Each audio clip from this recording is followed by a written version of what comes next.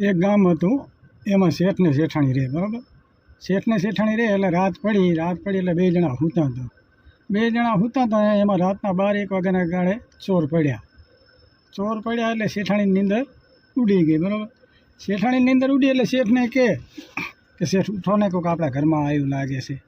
શેઠ કે સાની મની જા, ખબર ના પડે કે, કારણ કે જો તમારા બા ચોર આવ્યા હશે. અરે પણ તું કે સાની માની પડી છે ને ભાઈ. શેઠાણીને કે તું જાતા રૂમમાં જઈને હોઈ જાય. શેઠાણી રૂમમાં જઈને હોઈ ગઈ તો એટલે બરાબર બાકું કરી ત્યાં તો શેઠ આ બાજુ હબી ગયા. ખારો પાઇપનો કટકો પડ્યો હતો, પાઇપનો કટકો લીધો હાથમાં.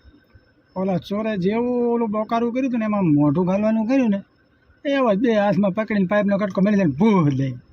ચોર હતા અહીંયા ત્યાં ગઈ રહ્યો. ચોર હતો અહીંયા ત્યાં ગઈ રહ્યો. પછી શેઠાણી જોઈ રહ્યા. શેઠાણી કાંઈ બોલ્યા નહીં. પછી આમ કરતાં ગામમાં પહોંચ્યા. તો ગામમાં કોઈક નવો સરપંચ મારા જેવો હશે, કોઈક બનેલો નવો બરાબર. નવો સરપંચ હશે. સરપંચના ઘરે કે સરપંચ ઉઠો કે શું થયું, બરાબર. કે મારા ઘરે ચોર આવ્યા. કે ચાંસે આડો ફૂક્યાથી તો હોય ને થોડીક. તો ભાઈ નવો સરપંચ બન્યો એટલે જેટલી હોય એને પાવે. સરપંચવાળા તૈયાર થઈ ગયા. સરપંચ તૈયાર થઈને શેઠે આગળ ફાનસ પકડી છે. સરપંચ ચેડે આવે છે.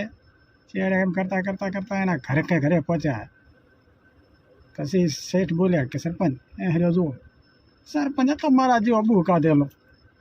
ઓલી પાઇપ હતી, પાઇપ પાછી એની પાઇપ પાછી સરપંચને આલી. સરપંચે જઈને મેલે છે ને ભૂ દઈને, બરાબર. તો શેઠ બોલ્યા કે અરે સરપંચે તો કે એક પાઇપ ભેગો ચોરને મારી નાખ્યો. આ એનું કે સરપંચનું સન્માન થવું પડે. ગામ આખાનું ભેગું થયું ભાઈ સન્માન થવા.